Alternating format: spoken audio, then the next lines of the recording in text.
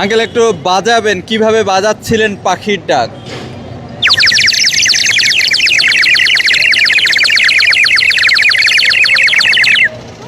ধন্যবাদ আপনাকে। এই যে পাখির ডাক তৈরি হচ্ছে কিভাবে এখানে? এটা আসলে আমাদের দেশে থেকে পাখিরা হারিয়ে গিয়েছে, অর্থাৎ ঢাকা শহরে যে পাখির ন্যাচারাল ডাক শোনা যাচ্ছে না, আমরা এটা বাইরে থেকে এনেছি, সরাসরি চায়না থেকে এটা ইম্পোর্ট করে আমরা এনেছি। এই ন্যাচারাল ডাককে আমরা পাখির ডাক শোনার জন্য, মানে এই পাখির ডাকটা শুনলে শৈশবে সেই স্মৃতি মনে পড়ে যায় আমাদের। আর সেই পাখিটা এমন একটা পাখি যে ন্যাচারাল যে পাখির ডাক সেটা এটার মধ্যে আছে, ভেরিয়েশনের মাধ্যমে এই পাখিটা ডাকবে। তো অনবরত এটা করছেন, আপনার খারাপ লাগছে না বা ক্লান্তি আসছে কিনা?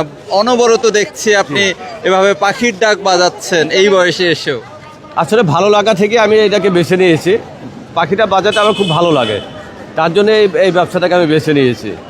আর এমন একটা জিনিস, এটা পাখির ডাকটা শুনলে সবারই ভালো লাগে।